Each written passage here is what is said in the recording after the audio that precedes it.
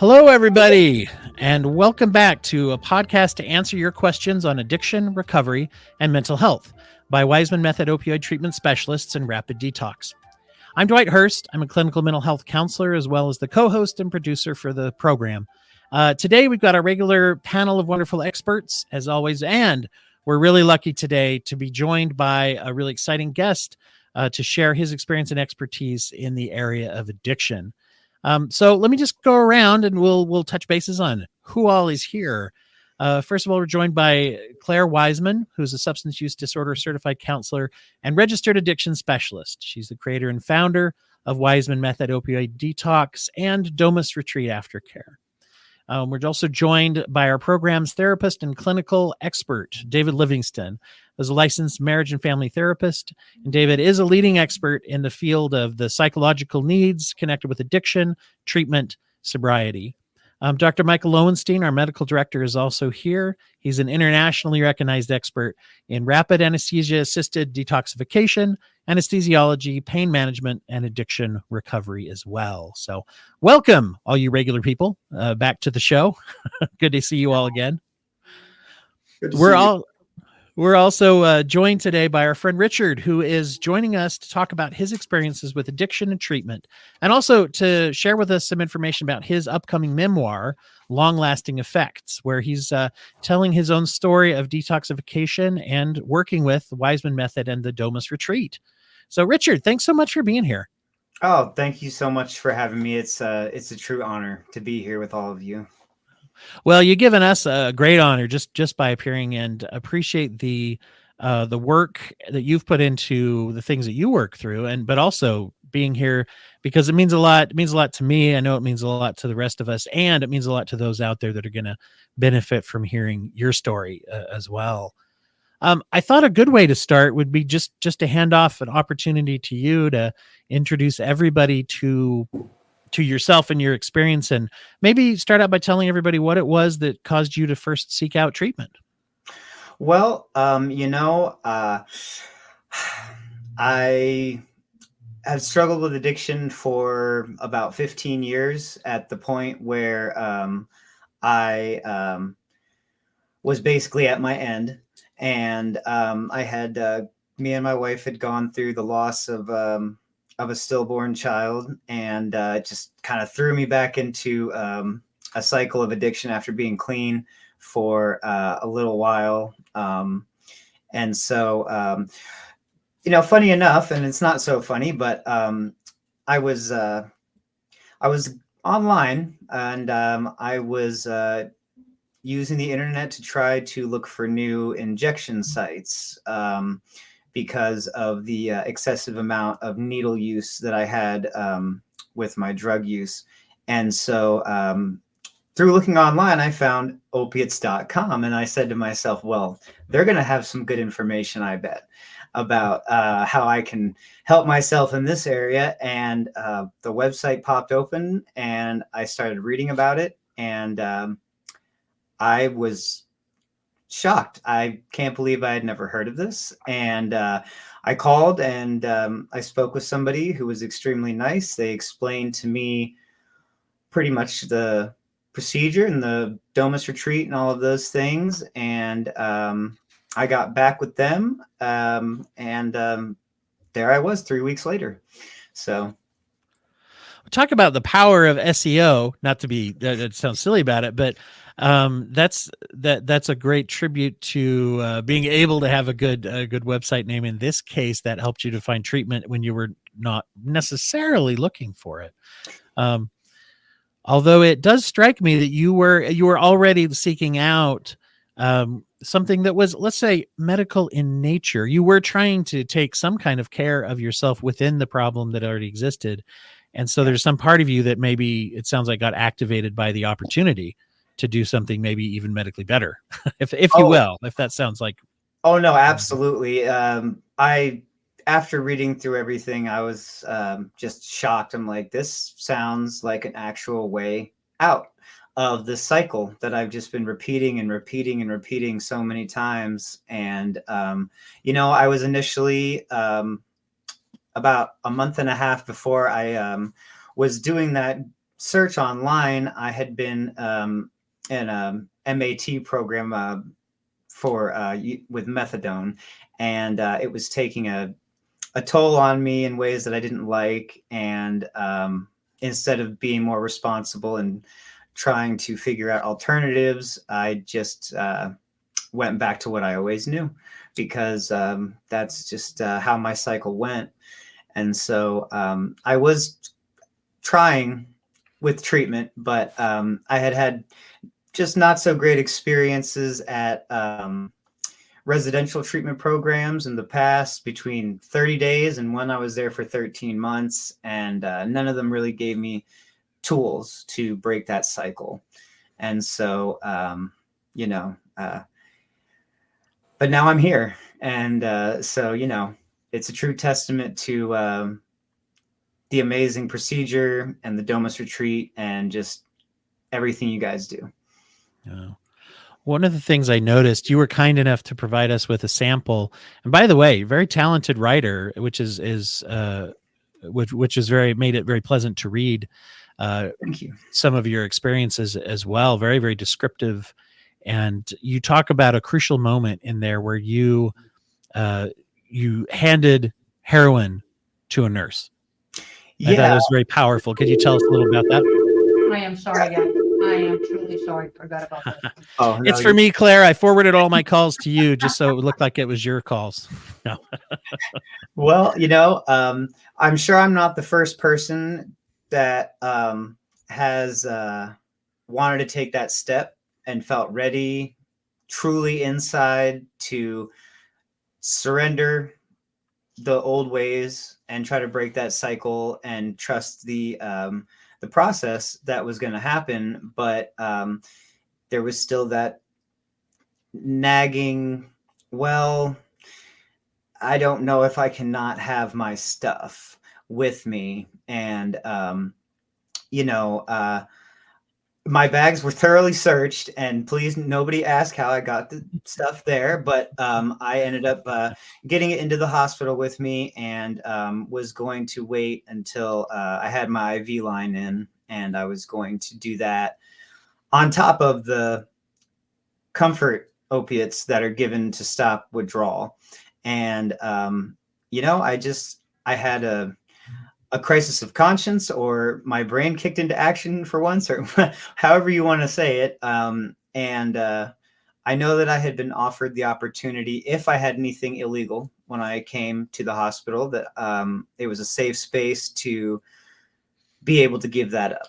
And that stuck with me, and I remembered that. And after I got settled in the hospital room and was having intrusive thoughts about doing that, I asked to speak with the nurse privately, and she was shocked that I wanted to do something so drastic, but very not in a judgmental way, but just like, knowing how dangerous that could be.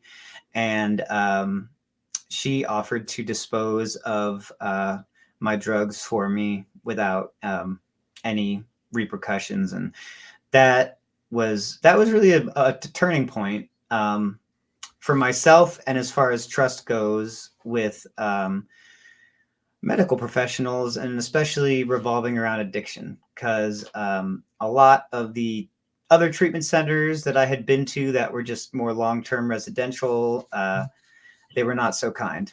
Mm-hmm.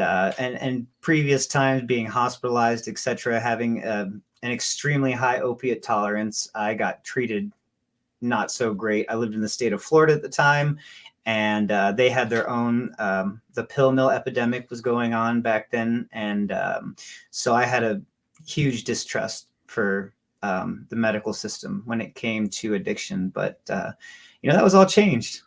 So. Yeah. And that leads a follow-up question I want to pose to everybody, maybe especially Dr. Lowenstein. You can talk about this with medical staff. When you talk about that feeling of a safe space, Richard, and being able to feel vulnerable enough to actually tell someone. And unfortunately, the existence of a treatment program is not enough by itself. You really highlighted the treatment that you received and the feelings that were there, right? Emotionally as well, to be that vulnerable. I wanted to throw that out there to ask everybody, how do we approach that? in order to make an environment that does help people feel that way? I'll start with that. I think there's several ways that we approach it to make the patients feel comfortable and safe and establish a trusting relationship. One is that when we're treating people that are addicted or dependent on drugs, there's two issues. One is the opiate dependence, which is a medical issue. And so we let the patients know that we're treating them with a medical procedure, because opiate dependence is medical, and we treat them like patients. We don't, there's no judgment. We're not treating like quote addicts. And we really emphasize the fact that, we're caring for them as patients, and they are medical patients. And I think one of the other things we do to establish trust is from the very first time we talk to the patients, we walk them through exactly what's going to happen. A lot of the prospective patients have had bad experiences where they've gone into a treatment center and they've been promised something and then it doesn't happen. And, they're in withdrawal and they're sick and they can't even begin to address the underlying issues because they feel so bad. So we kind of really walk them through. And then once they show up at the front door of the hospital, our staff greets them and gets them to admission and gets them to a room. And it's important that we really deliver on what we promise them as far as, treating them like patients and telling them we're going to keep you comfortable. We're going to make every effort while we're admitting you and doing all the testing. And letting them understand what's going to happen and then delivering on that, from the time they come through the door.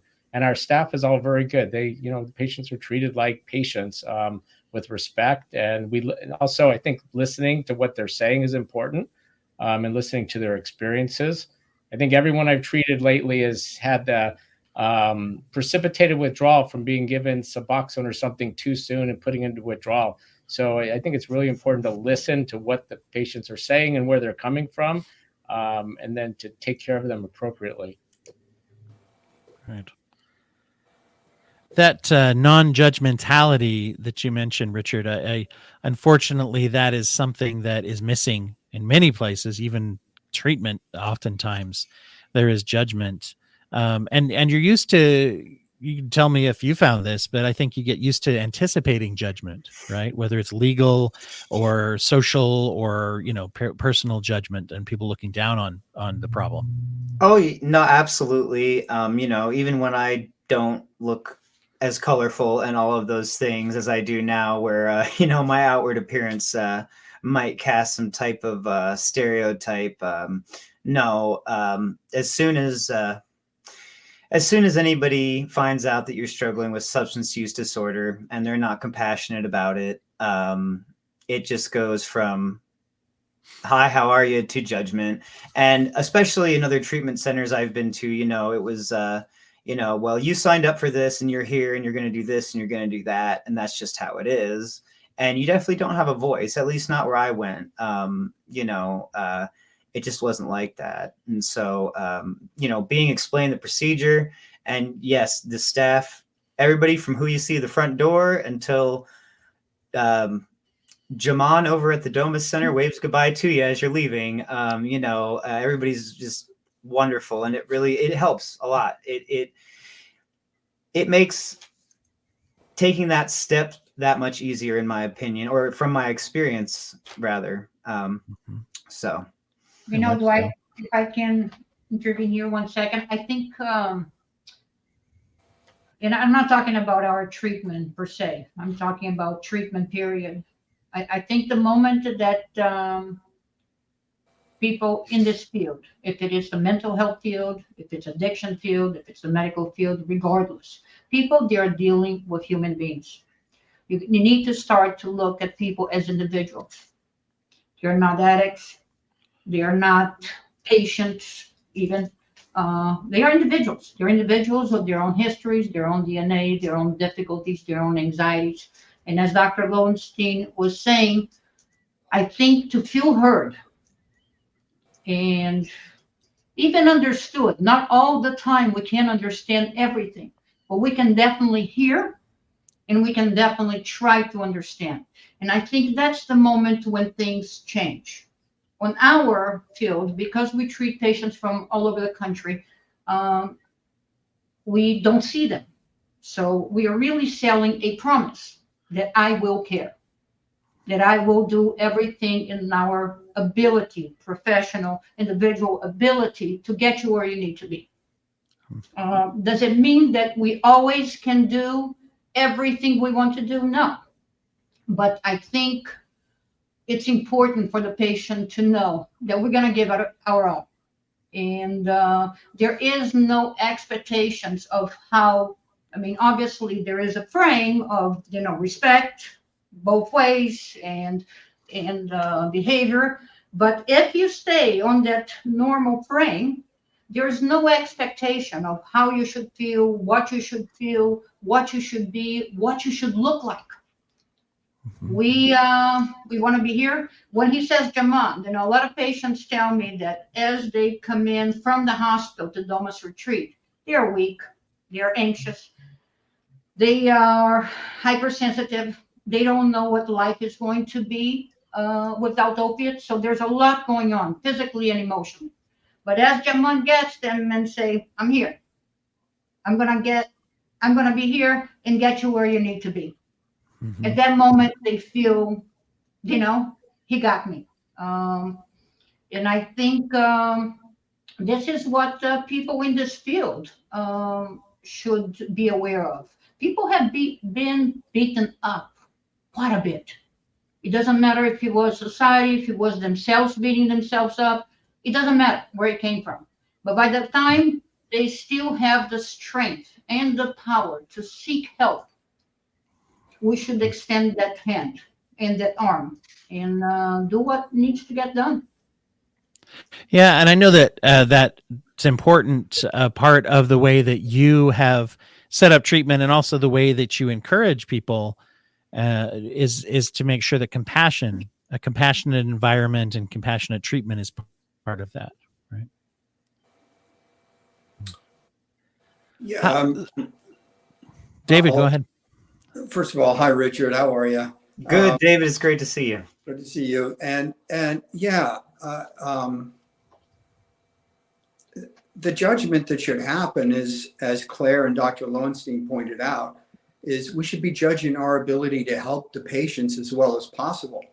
They're vulnerable. They're under our care. They have taken a risk. They don't really know us or really know what to expect. They don't know who we are. And it's a big leap of faith. So rather than, even though we do have a program in the sense that there's a process in which they're going to go through, medically, particularly in the beginning. And then the aftercare at Domus, once they get to Domus, is set up in such a way that really, because everything happens so fast at the hospital and the opioids are taken away from the receptor so quickly, it's just helping them feel better, helping them sleep, helping them to get regulated. And part of my job, especially in the very beginning, is just to help orient everybody to what the process is and how they will get better. So helping them sleep, helping them eat, sort of, medications that can diminish any types of symptoms that are happening. So, and as people feel oriented, they feel like you know the way forward, you're interested in their care and feeling better. It helps them feel regulated much quicker. Yeah. I wonder, Richard, could you tell us a little bit about what role counseling has played in starting your treatment and then in aftercare from that? Yeah, absolutely. I made sure to write it down because the conversation that David and I had was quite profound. It was definitely impactful for me, and so I just wanted to find it here. Here we go. And I believe this is my recollection of it, David, when we had our first counseling session there, was that I explained to you some of my previous system trauma from being involved with drugs and getting arrested, the loss of my son, and past negative experiences with treatment centers. And you just you listened with such compassion. And so what I recall you saying to me was that you are worth so much as a person, more than the cost of the rapid detox and the time at Domus, more than the total sum of you would have spent on drugs, more than gold. And to me, that that's the complete opposite of everything I was ever told, even at other treatment centers. And we talked about not being chemically bound to the drug anymore. As you just said, the receptors get flushed, and that I have the choice to put them back in my body or not. And, that was just so encouraging. And I remember that to this day. I don't think I could ever forget that. It was impactful. And, and then post Domus care, I had already had a therapist who I had been seeing for a little while for grief. And we just weren't a good fit. The modalities of therapy that she used weren't really helpful. And I continued to see her for a while, and I ended up finding a new therapist who used more clinically based modalities. And it's crucial. It's definitely one of the notes I have here is that when you're going to prepare, once you've committed and you're going to go,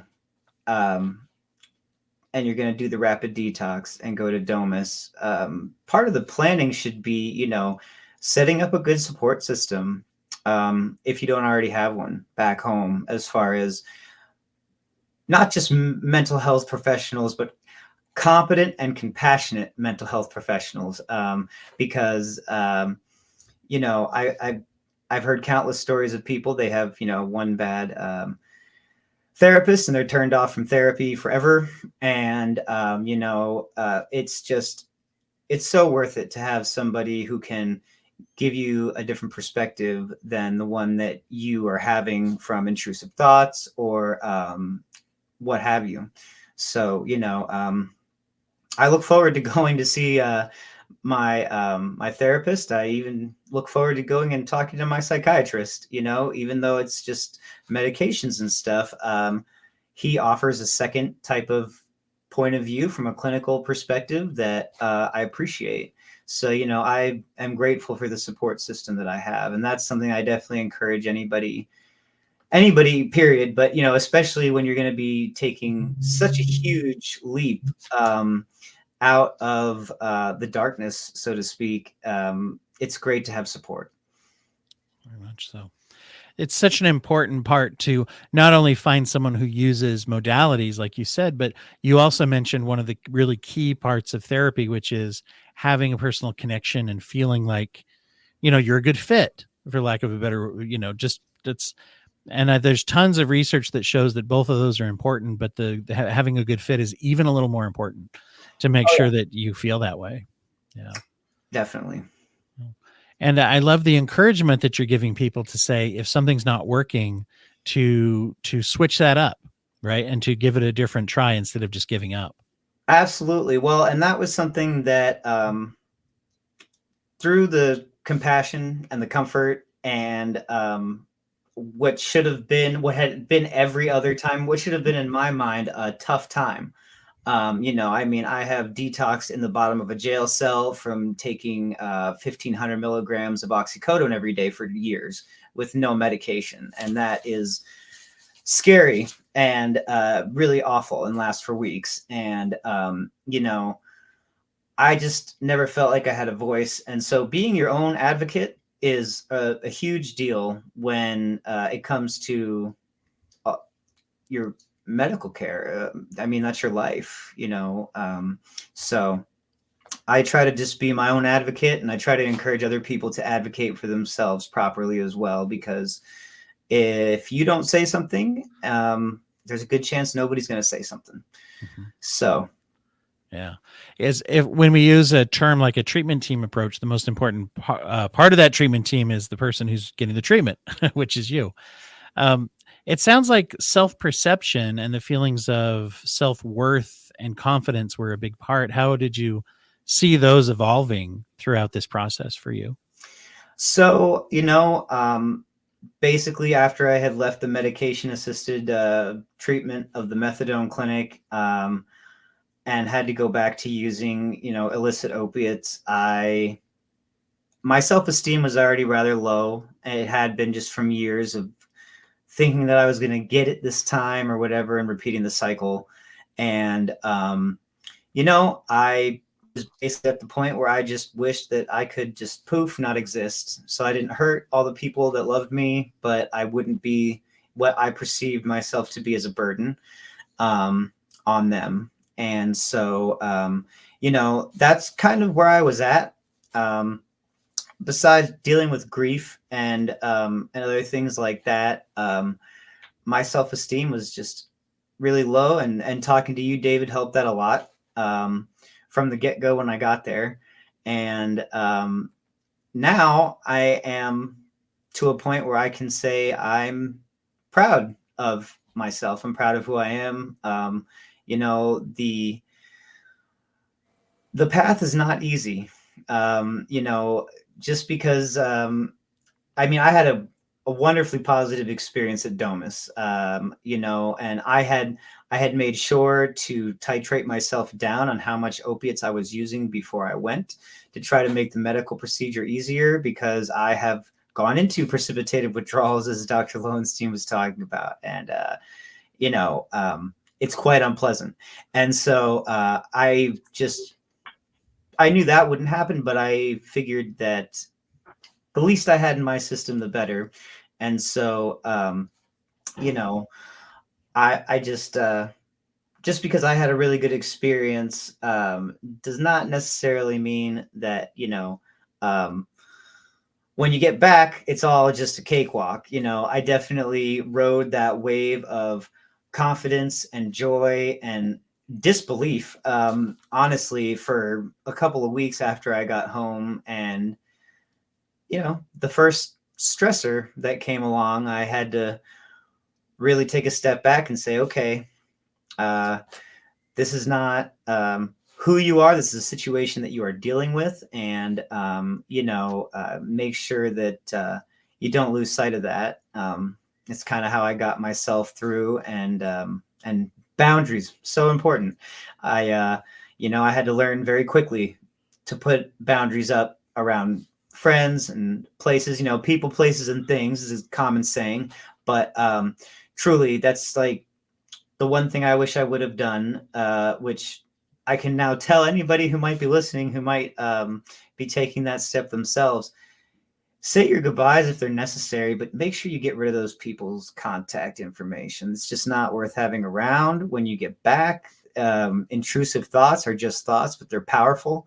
And moments of weakness can happen, and it's just best not to have that just hanging around. But it took many years for my mental health to kind of reach a point of where I'm at now, as far as I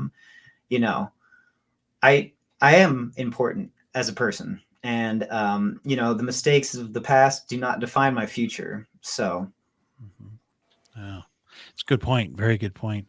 Yes. I'm curious, David, some of your thoughts about that, the evolution of the way people view themselves, and really kind of the expectations we place on ourselves, and how important that is in the therapy process.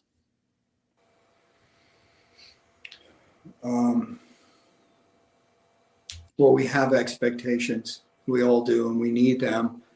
I think, like Richard's saying, it's just, and Claire and Dr. Lowenstein, it's just about really orienting ourselves to what's healthy and what isn't, and what we truly need. As I like to say, needs drive everything. So when we're paying attention to what we need, our tensions go down. We tend to relax more. We tend to feel more within ourselves. And if if you're feeling vulnerable and you need to feel safer, yeah, get rid of anybody who's going to be make you feel more vulnerable. So you listen to those needs. Look, from the moment, Richard, you were in the hospital, you made a profound decision about, which direction your life was going to go.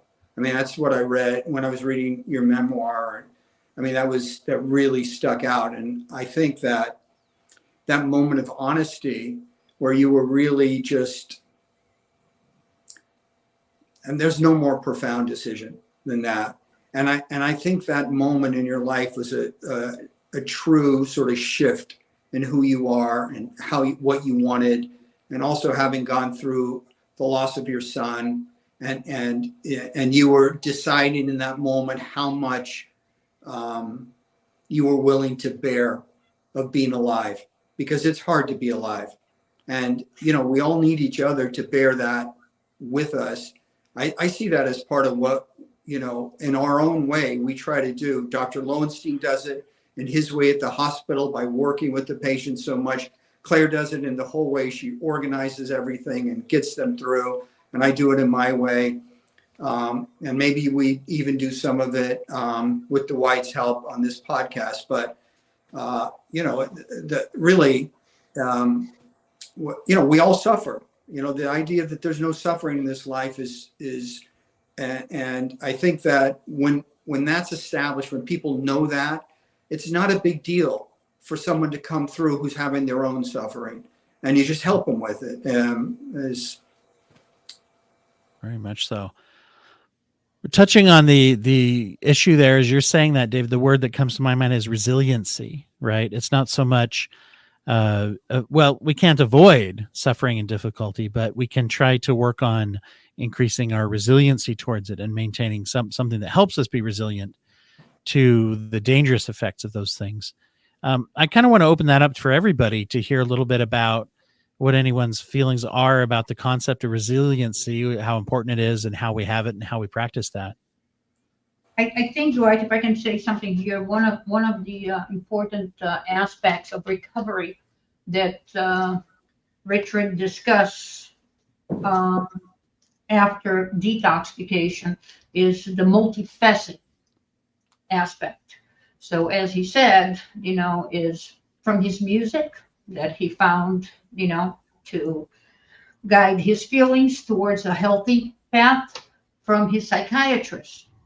I think we're in the Mental Health Awareness Month is extremely important for people to understand that people that go to a psychiatrist have a chemical imbalance. That's what it is. They're not crazy. They're not different. They are not lesser than. They have a chemical imbalance. Like, people can have, issues with sugar. People can have issues, with other physical issues that your body doesn't produce. So as the chemistry of our brain. He has his therapist that deal with his emotions and the support that he has around him, and whatever he chose to do as a productive life in his life. So you can't depend on one thing to fix everything. It's not going to happen. And I think that's the issue that we have spoke about on other podcasts about rehab, or about centers that promise you by the time you leave, your life is going to be great. You're going to be off drugs and life is going to be colorful and you're going to feel like you felt before you start with addiction. This is not life. And this is not being a human being. There is so many facets of our life that needs constant working, that needs constant effort. And not to make it, a exhausting effort. Sometimes it's a productive effort that makes us feel good every level we reach. But that continues as we get older, and the needs are different, the difficulties are different, and our efforts will be different. Mm-hmm. But I think Richard, did that first part of getting the physical dependence behind him, but then giving him credit. He kept looking for the different facets of his life that would make his life richer. And I think when we make our lives richer, it makes us want to live more through the difficult times. Very much so. Yes. Yeah, and if I could just say something in response to what you were just talking about, Claire, and I think it was something that was the topic of another podcast, and it's something that has helped me tremendously, especially because I was dealing with such severe issues with self-esteem, and that is self-forgiveness, and not stigmatizing yourself from getting more help after you've gone through the process that you perceive to be the one that's going to be the end of it all, when really the process is the beginning of all of it. And but self-forgiveness is a huge thing for me, at least anyway, because without that, I wouldn't see a psychiatrist because I don't want to take drugs, and I would stigmatize myself, and that doesn't help me. And so yeah, that's super important in my opinion. Very much so. Well, Richard, can you tell us a little bit about how are your current practices and the things you do to manage your health now? How has that evolved? That's different than when you first got out from the detox process. Yeah, so it's been a few years, and so I will say the first 6 months were rather rough. I have never put an illicit opiate back into my body since I left Domus, period. No, I mean, not while I was there either, but not since I left. And, but there were times of, oh, well, it's not an opiate. I guess I can just do that a little bit, whatever, with these guys, because that's what they're doing. And it was an eye-opener for me that I needed to have better boundaries around what I do with my time. And, I'm a stay-at-home dad right now. And so I have a bit of time that could be used wisely or squandered. And so, for me, I do a lot of writing. I'm working on the memoir. And I started off with poetry because it was a good outlet for a lot of feelings that I had, because part of I almost like to call it reanimation of your soul that happens once all of those opioids are stripped from the receptors is having emotions again.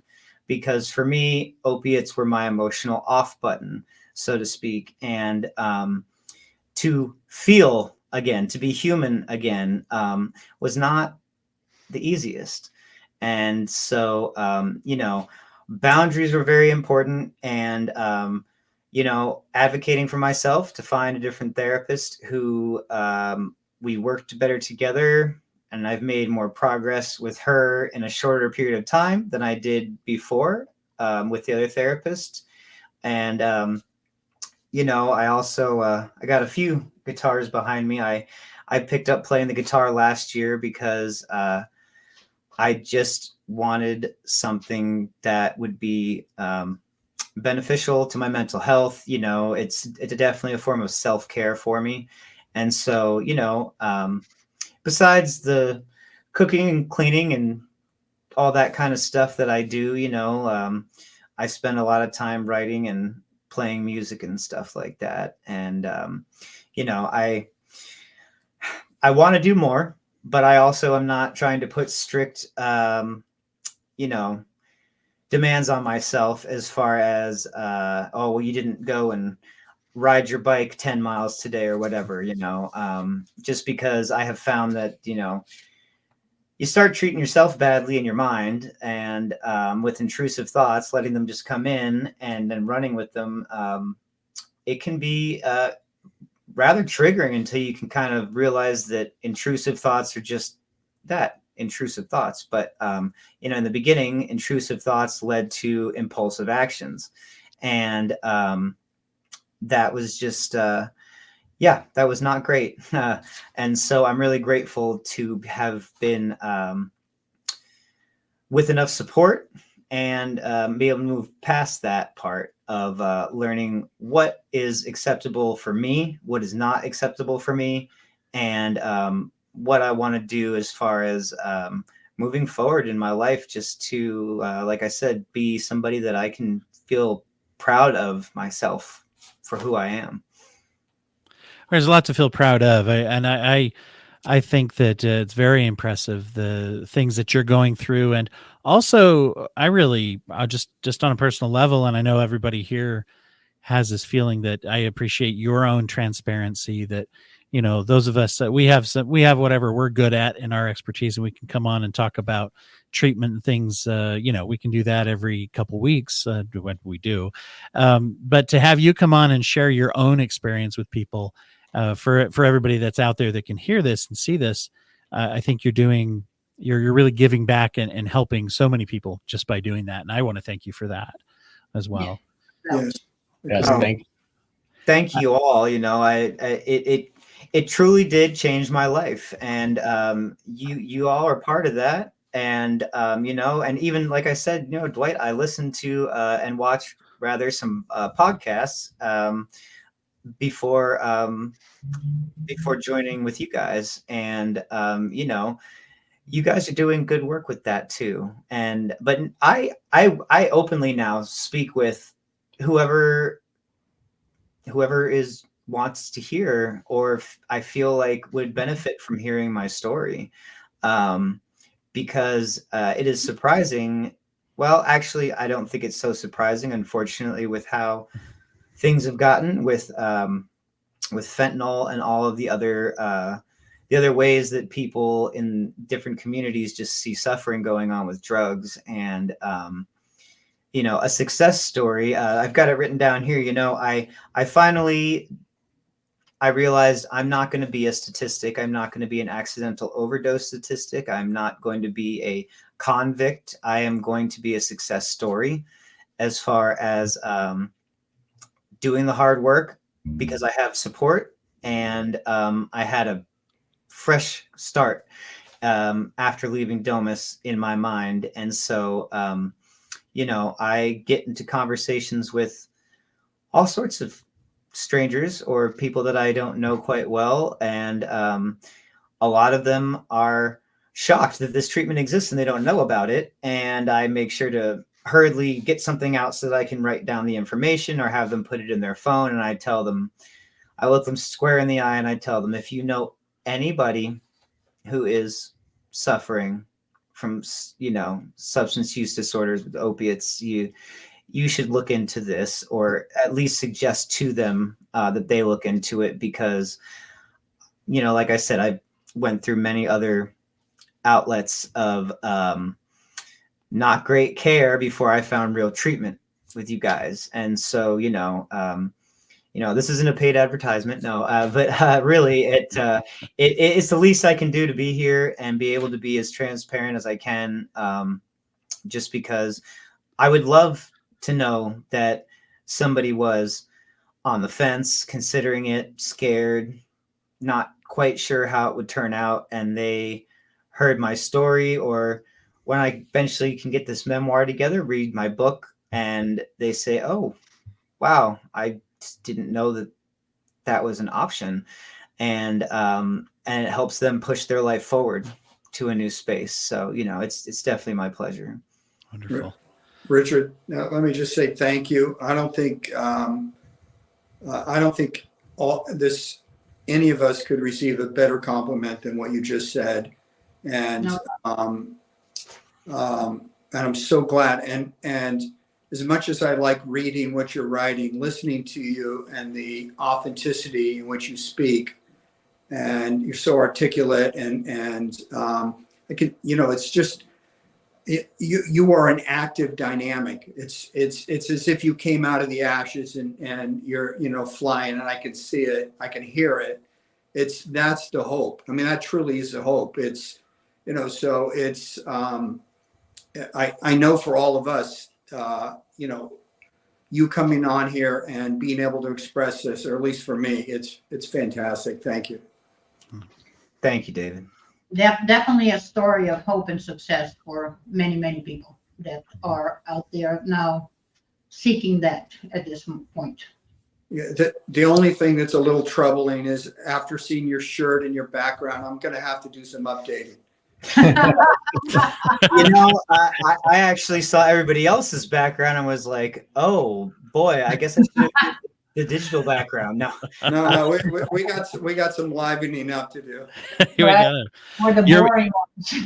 Your background is a room that I just want to go hang out in, actually, Exactly. Richard. So that's very welcoming. And Good. Richard, thank you. And we can't do what we do until the patients show up at our door. So while everybody that we treat, or they all have opiate dependence as a common issue, everyone's extremely unique, and your stories will just resonate with a lot of people in ways that you may not even be aware of. And so just having you out there and telling your story, I think that's, we can't do our good until people get here. So I appreciate you being willing to tell your story, and I'm sure you're going to, a lot of people are going to hear what you have to say and say, wow, that could help me.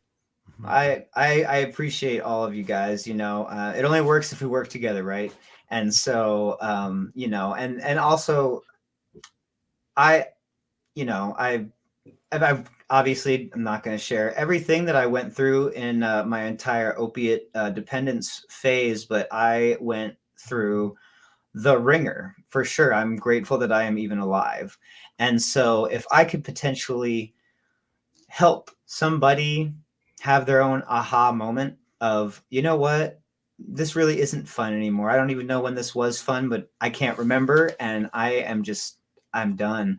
And you're telling me I can have a clean slate, chemically, so to speak, from opiates. And that's the true power of the rapid detox, and then going to such a wonderful environment like Domus, because yes, you're vulnerable and you are, dissociated from your emotions, which are coming back to you. And, but I started to feel not like myself, but more like a different, better version of me by the time I had left. And that also is something that even when things got to be not so great, as far as just learning to set boundaries and stuff, so I didn't find myself in situations I wanted to avoid, remembering that you went through all this to get that beautiful slate of freedom from opioid use disorder, and you don't want to throw that away if you can at all help it, possibly. And so yeah. Very much. Thank you. And as Richard said, we're not we're not just out here plugging ourselves, although we are very proud of the work we do at Waismann, both here on the podcast and the treatment. But hopefully, one of the things we always hope is that those out there who we may not run into personally, that you will use the elements of treatment that we talk about in how you select your own treatment and how you self-advocate as well. So that's once again, always a big part of what we do. So thank you everyone for being here today. Also, speaking of meeting any of you out there personally, we want to hear from you. We want to know your questions. We live on questions here. We live on stories as well. So if you have recommendations of topics and themes and things that you would like to see us cover and talk about, you can reach out to us at info@opiates.com, or do like Richard did, go to opiates.com. It's a great starting place. You can contact us through there. There's lots of information. You can hear and see our podcasts and recordings, and also get into our social media. One of the other ways you can help people out there is by liking, sharing, and passing along good information about addiction to those that are out there. As I always say, if you wonder if you know people who need this, just assume that you do, because you do. There are people in your life who need this information. This show is, of course, a production of Waismann Method Opioid Treatment Specialists and Rapid Detox. Our music for the intro is the song Medical by Clean Mind Sounds. And I want to say for Claire, David, Dr. Lowenstein, myself, and Richard, welcome, and glad that you were here today too. I want to pass that along to everyone to remember to always ask questions, because when you ask questions, you can find answers. And when you find answers, you can find hope. We'll be back with you again soon. Bye-bye for now.